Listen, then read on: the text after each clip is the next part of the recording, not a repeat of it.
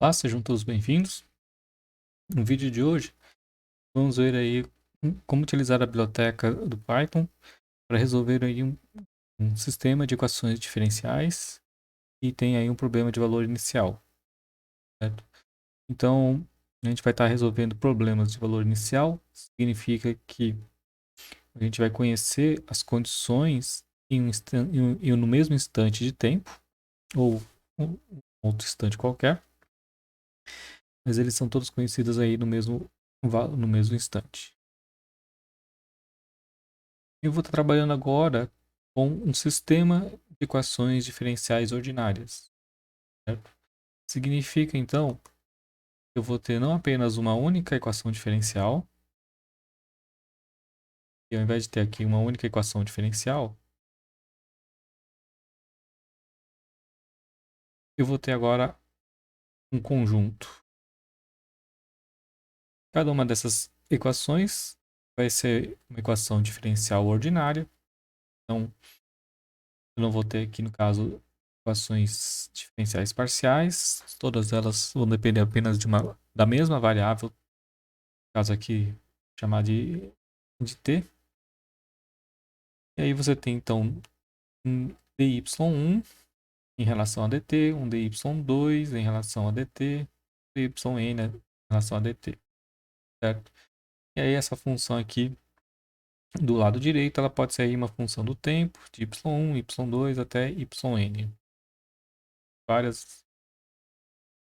Em especial, eu vou estar supondo que eu consigo escrever elas desse jeito aqui, ó. Lado esquerdo da minha igualdade, eu consigo isolar dy e dt. E do lado direito aí eu consigo jogar ali uma função qualquer que não vai depender aqui. Internamente ela não vai depender de dy e, certo? Então eu vou estar tendo essas duas funções. Eu consigo isolar o termo da derivada aqui do lado esquerdo.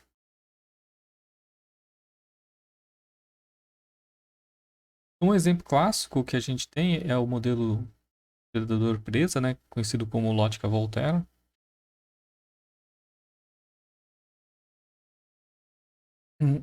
Basicamente aqui a gente, em vez de, como são só duas variáveis, então em vez de falar y1 e y2, a gente fala aqui de x e y, tá? E aí o que esse modelo fala? Seguinte, aqui eu tenho então uma população aqui de presas, uma população de predadores. São as presas e o y são os predadores.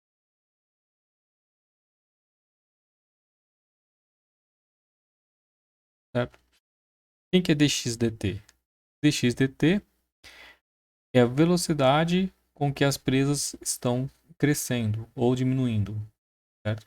Então é a taxa aqui de mortalidade ou de natalidade, é a velocidade aí com que essa população ela cresce ou diminui com o tempo.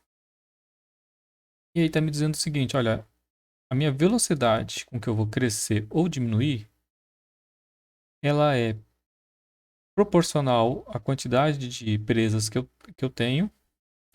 Então, quanto maior o número de presas, maior é o crescimento delas. Certo? Que é o que é esperado, né?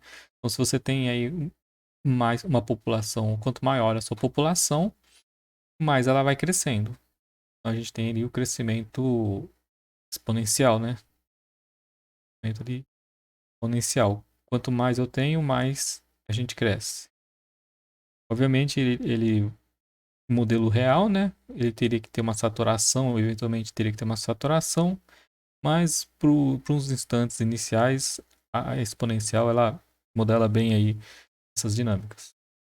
Então, esse modelo, ele diz, essa primeira parte, ele diz isso aqui, ó, que uma taxa de crescimento ela é proporcional à quantidade de indivíduos que eu tenho, certo? Mas aqui eu tenho um sinal negativo. significa que, olha, ela vai decrescer à medida que eu tenho mais predadores, certo? Então, se eu tiver um número grande de predadores, pode ser que, na hora que eu somo aqui essas duas taxas, pode ser então que minha população decresça, certo? Então, eu tenho aqui esses dois fatores. Um depende aí da quantidade de presas e a outra depende da quantidade de predadores, certo? Então, é um modelo aí bem simples, mas ele captura bem aí a nossa realidade, né? E a mesma coisa a gente tem aqui para os predadores, certo? Predadores, aqui o modelo diz o seguinte, olha, se eu tenho muitas presas, significa que eu tenho uma grande quantidade de alimento disponível. Então, eu vou crescer, certo? Então, aqui, ó, se eu tenho uma grande quantidade de alimento disponível, eu cresço. E aqui eu tenho aqui um y vezes um gama, né? Então, esse fator aqui me diz o seguinte, olha, se eu só tenho muitos predadores, o que vai acontecer? Eu vou começar a ter escassez de alimento, eu vou começar a ter muitos conflitos internos, e aí eu vou ter disputas internas. Então, os predadores, eles disputam alimentos entre si, e aí, quanto maior o número de predadores, você começa então a ter aí conflitos que vão fazer com que a população decresça, certo? Então, a gente tem aqui esse modelo, tá? Se eu tiver alimento disponível, ele vai crescendo, mas se eu tiver aqui concorrência, ele começa então a decrescer, tem um limite ali que ele vai começar a decrescer. Então a gente tem aqui alfa, beta, delta, gama, são os parâmetros que controlam ali essas velocidades. Controlam ali basicamente quando que esses fatores aí, o quanto que eles influenciam. Certo? Então aqui a gente tem então as nossas duas equações diferenciais. Então aqui eu tenho a velocidade com que a população de presas aumenta e a velocidade com que a população de predadores aumenta. Eles estão modelados aqui através dessas duas equações diferenciais. Então a gente tem aqui um sistema de equações diferenciais. Eu vou então aqui definir elas aqui agora, certo? A gente vai usar aí a mesma sintaxe, tá? Que a gente viu no caso de uma única equação diferencial.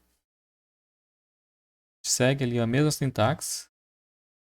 Só que agora eu vou passar então aqui, ó. Eu tenho essa minha função. Ela vai me retornar com resposta essas duas derivadas, tá? Tanto ela retorna aqui tanto dx dt quanto dy dt. Então vai me retornar aqui esses dois valores. E eu vou entrar agora com o tempo.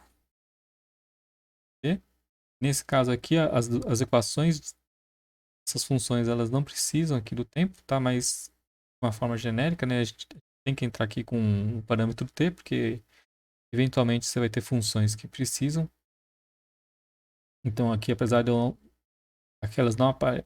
tempo aqui não aparecer, eu ainda tenho que declarar, tá? Porque a função que a gente vai utilizar, que é aquela solve pv, essa função aqui, ela é genérica, então ela espera que você tenha aqui o parâmetro t, tá? E aqui eu vou entrar com o valor ali do y, certo? Quem que é o meu y? O meu y vai ser esse estado aqui, ó. Então, a gente vai definir. Eu defino aqui um vetor chamado de y minúsculo.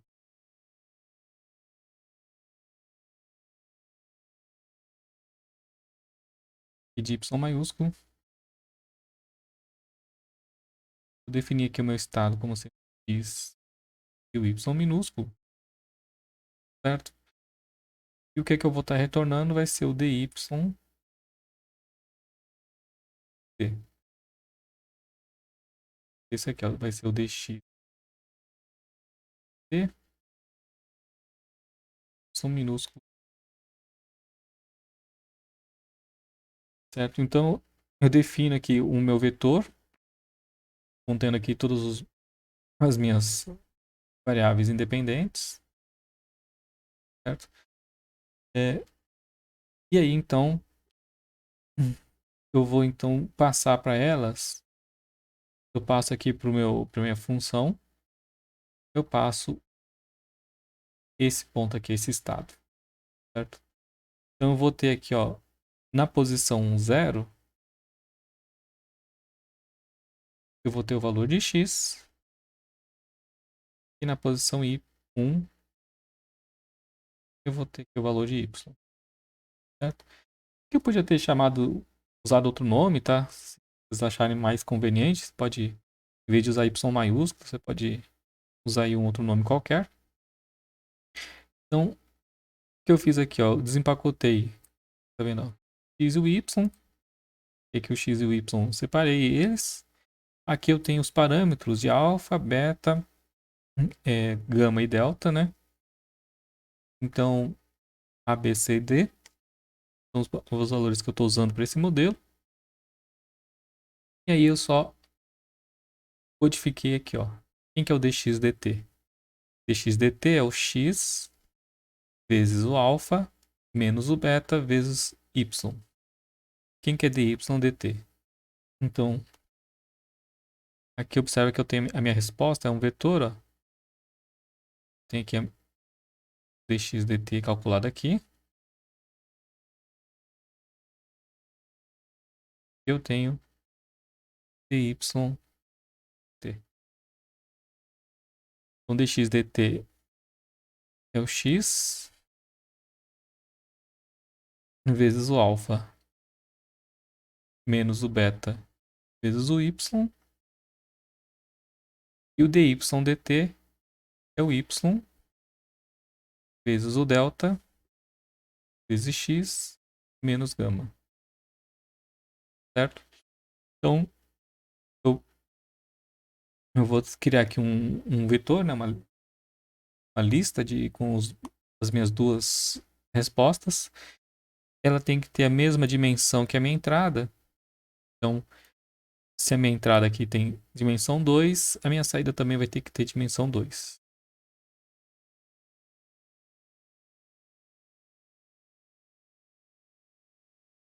E a gente executa aqui o código, a gente executa ele usando a mesma assinatura que a gente tinha visto ali para o caso de uma única equação, tá?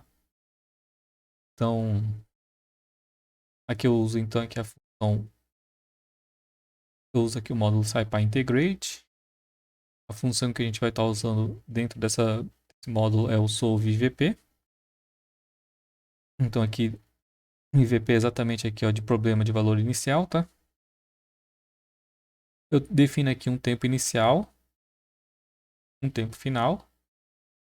E aqui para a gente poder plotar, eu vou estar criando aqui o meu vetor de tempos, colocando ali 200 amostras entre o tempo inicial e o tempo final. Então é só para a gente poder plotar depois o gráfico, tá? Defino aqui minha condição inicial. Então aqui eu tenho a população inicial presas. E aqui eu tenho a minha população inicial de predadores.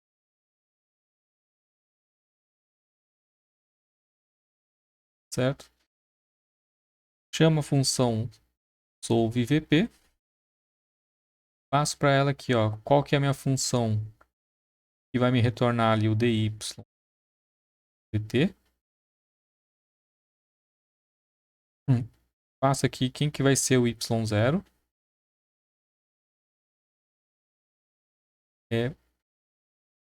defino aqui quem que vai ser meu tempo inicial e o tempo final, certo? E aqui eu defino os tempos, os instantes que eu quero coletar intermediários. Então são esse vetor T aqui, ó.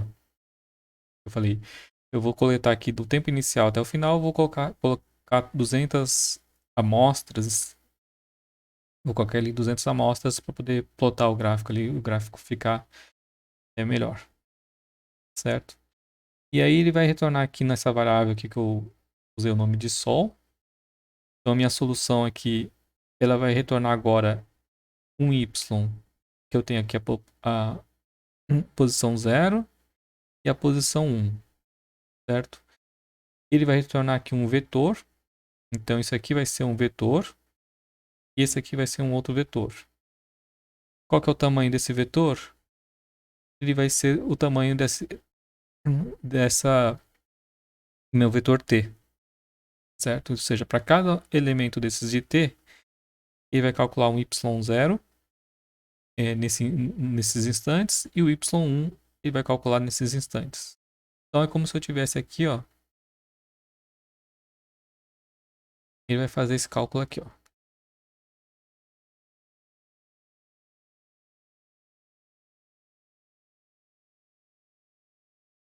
Então aqui eu vou ter aqui o meu vetor t. Aqui eu tenho o y0. Tem aqui o y1. E aí ele vai calcular aqui para o meu começar ali do t inicial. Vai calcular o valor de y0 e y1 aqui nesses pontos. Vai calcular aqui t2, t3, t4, até chegar aqui no t final. E vai me dar ali os valores de y0 nesse instante e o y1 nesse instante. Então ele vai gerar aqui basicamente essa tabela aqui para vocês, tá? Calcular ali para cada instante que eu passei aqui, ele vai calcular o y0 nesse instante e o y1 nesse instante. Fazer o cálculo ali nesses instantes todos. Aí depois eu só mando plotar aqui no tempo, tá? Eu peço para plotar aqui no tempo. E aí um outro gráfico interessante é você plotar aqui, ó, no eixo X aqui eu plotei a população de predadores e no Y a população de presas, certo? Então aqui eu tenho esse primeiro gráfico, é o gráfico temporal. Aqui eu tenho aqui, ó, de 0 até 20 segundos, né? De 0 a 20, né? Um instante que eu tinha definido. Eu tenho minha população, observa que eu tenho aqui, ó, inicial de presas 10, de predadores 5. Com esses valores aqui, ó, 10 e 5. E aí, então, é o comportamento que eu tinha mostrado, ó. Inicialmente, você tem poucos predadores, então a população de presas ela aumenta, mas à medida que a população de presas aumenta, a população de predadores também aumenta, e aí a população então de presas começa a diminuir, certo? Ela vai diminuindo, à medida que ela diminui, a população de predadores também então vai começar a diminuir, porque ela vai ter muitos predadores e poucas presas, então começa a diminuir aqui também. E aí eles ficam oscilando. Certo? Observa que eles oscilam aqui, ó, de forma periódica, né? E aí se eu plotar então as duas populações aqui, ó, de predadores em X, de presas em Y, a gente observa que elas obedecem, que elas têm aqui um comportamento cíclico, tá certo? E a gente consegue provar matematicamente que essa curva aqui, ela é uma curva fechada, ela não vai nem convergir para um ponto, nem divergir, ela matematicamente ela deveria ser constante, né? Mas observe que devido às imprecisões numéricas, ela acaba flutuando aqui um pouco aqui. Ou seja, a cada uma dessas iterações aqui, ela acaba flutuando aqui um pouquinho, ela não passa exatamente aqui na mesma trajetória. Isso é devido aí aos erros numéricos que acontecem dentro aí dos algoritmos, tá? Mas observa que ele captura bem o comportamento aí matemático que era esperado. Um outro exemplo, é o exemplo aí da queda livre, tá? Já tinha visto aí esse exemplo no caso, uma única equação. E aqui, olha só, imagina que agora eu queira capturar não apenas a velocidade, mas eu queira recuperar também a posição, certo? Observa que aqui não tem nenhum problema de você ter aqui, por exemplo, essas duas variáveis elas estarem intimamente relacionadas. dx dt, a gente sabe que dx dt é igual a v, e o dv dt é a formulação que a gente tinha visto lá no caso do saltador, né? Ele tem aqui esse formato, eu tenho aqui a minha aceleração, então ela depende aqui da aceleração da gravidade, e eu tenho aqui essa força contrária, né?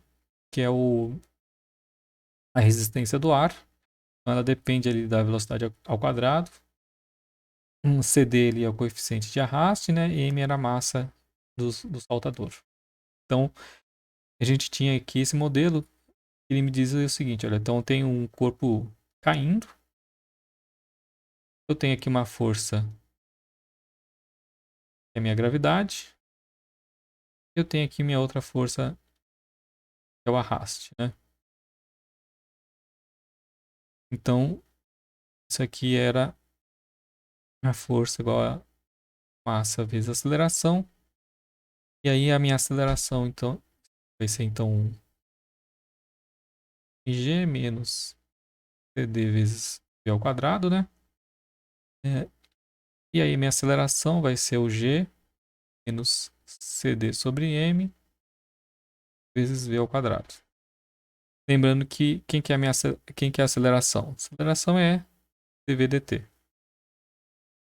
dv dt é o G menos CD sobre M vezes V ao quadrado. É essa equação aqui que eu tenho aqui. Então, partindo aqui desse pressuposto, né, que eu tenho aqui um corpo caindo, sofre então a atração da gravidade. Eu tenho aqui uma força contrária que é o arraste aqui, a resistência do ar. E aí a gente modelou aqui, nesse caso a gente modelou como sendo uma constante vezes a velocidade ao quadrado, certo? E aí desse modelo a gente chega aqui nessa equação diferencial, tá certo? Resolvendo essa equação diferencial aqui, a gente consegue recuperar o valor da velocidade. E agora, se eu colocar aqui mais uma equação, dx dt igual a v, então isso aqui sai direto aí da definição, né? Eu consigo também, então, recuperar a posição x, certo? Posso supor, então, aqui condições iniciais x0 igual a 0 e v0 igual a 0. Então, eu tenho aqui, ó, ambas as condições no mesmo instante. Então, isso aqui me diz que eu tenho aqui um problema, valor inicial.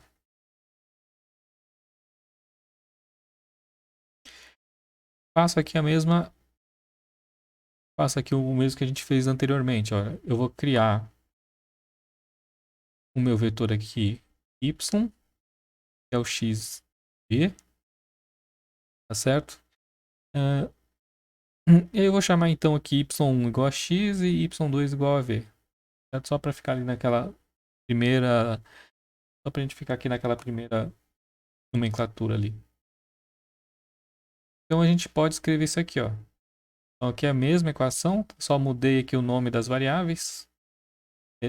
dy1 dt igual a y2, dy2 dt igual a g menos cd sobre m, y2 ao quadrado. Certo? Então observa que a gente conseguiu chegar aqui naquele formato, onde do lado esquerdo aqui, ó, do lado esquerdo, eu consigo isolar o termo aí da derivada. E do lado direito, eu tenho ali uma função, uma f e, né, do tempo com 1, com 2. Tem o F1, que tem esse formato, e o F2 também tem essa mesma cara. Certo? Então a gente consegue aplicar ali os nossos métodos.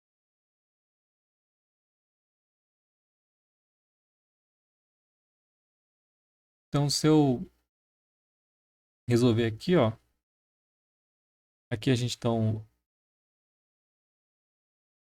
vai ter aqui o mesmo, vai ter ali a mesma, fazer a mesma coisa que a gente fez para o caso do predador presa.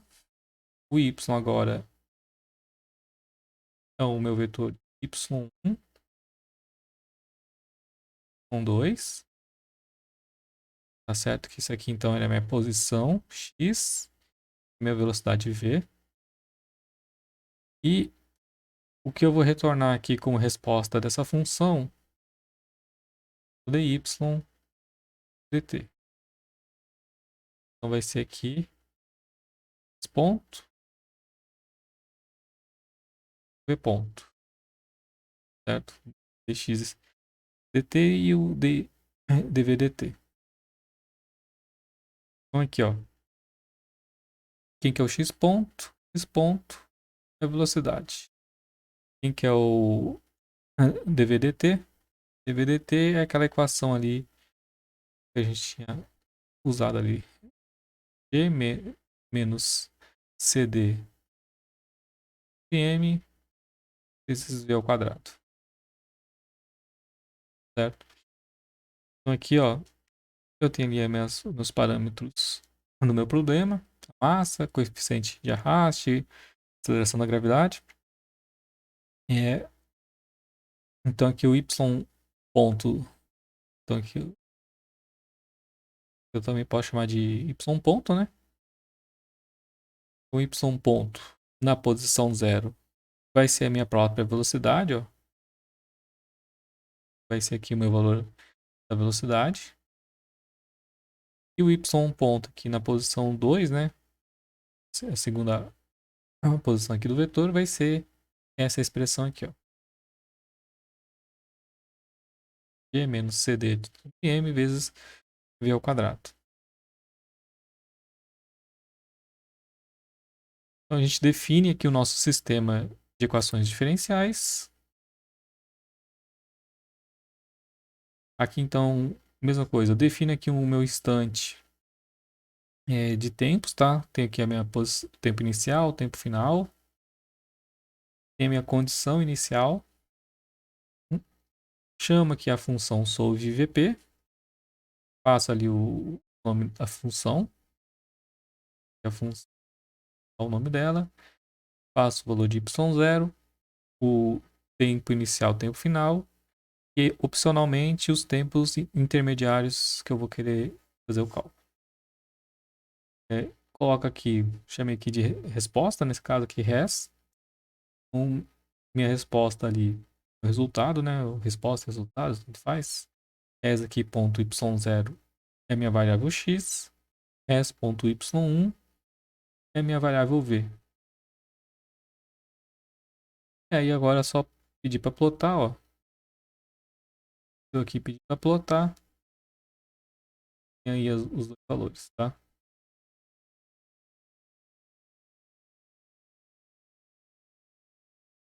Só por uma questão aí que vocês quiserem comparar, só para a gente poder comparar, eu também consigo, para esse exemplo, eu também consigo achar a solução analítica, tá?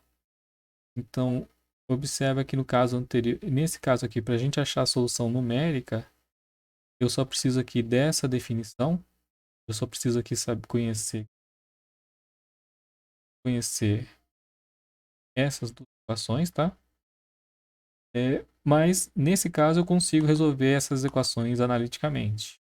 Então a solução dessas duas equações, ela me dá aqui essas duas respostas aqui, ó. Então, agora observe que eu tenho aqui o valor real de v de t e o valor real de x de t. Então, v de t vai ser raiz quadrada de g vezes m dividido por cd vezes tangente hiperbólica da raiz quadrada de g vezes cd dividido por m vezes o tempo. E o x de t vai ser m sobre cd, logaritmo do cosseno hiperbólico da raiz quadrada de g vezes cd sobre m vezes t. Certo? Então, a solução aqui não é muito complicada, né? Não é nada muito de outro mundo. Mas a gente consegue achar aqui para esse caso. E aí, se eu então agora observo então aqui, eu só implementei essas duas funções, ó. Aqui é o v e o x, ó. Retorno o v e o x. Fiz exatamente essa equação, ó, m dividido por cd, vezes o logaritmo do cosseno hiperbólico da raiz quadrada, g vezes cd sobre m vezes t. Certo? Então aqui é a equação lá que eu mostrei agora há pouco, tá? Então, se eu pegar agora essa resposta aqui e comparar com... Então aqui eu tenho só a chamada da função e aqui eu só tenho aqui os comandos para a gente plotar. Certo? Então, se vocês observarem aqui, esses comandos todos aqui são comandos para a gente plotar os gráficos, colocar ali as legendas corretamente, definir ali o estilo de linhas. Eu consigo então sobrepor aqui, ó. Observa que eu tenho aqui em azul, eu tenho o resultado verdadeiro, né? E aqui esses pontos vermelhos é o resultado obtido aí numericamente. Fazendo aí, resolvendo a IDO, sistemas de IDOs numericamente. Então observa que é muito aqui, visualmente você praticamente não dá pra gente distinguir aqui o erro, né? E aí então o que eu fiz aqui, eu peguei só, somei aqui o quadrado dos erros, peguei aqui o valor real, menos o valor estimado aí, resolvido pela equação, né? Do método numérico, elevei ao quadrado e fiz a soma desses erros todos, tá? Então, para esse caso, ó, na velocidade, a somatória dos erros foi aqui de 0.002 e a posição foi 0.13. Então, observe que os erros aí, isso aqui só é só uma somatória, eu não normalizei aqui, não peguei a média, é só fiz a soma bruta aí, tá? Todos os erros. Então, observe que ele é bem... É 200 amostras ainda. Sabe que esses erros aí são bem pequenos.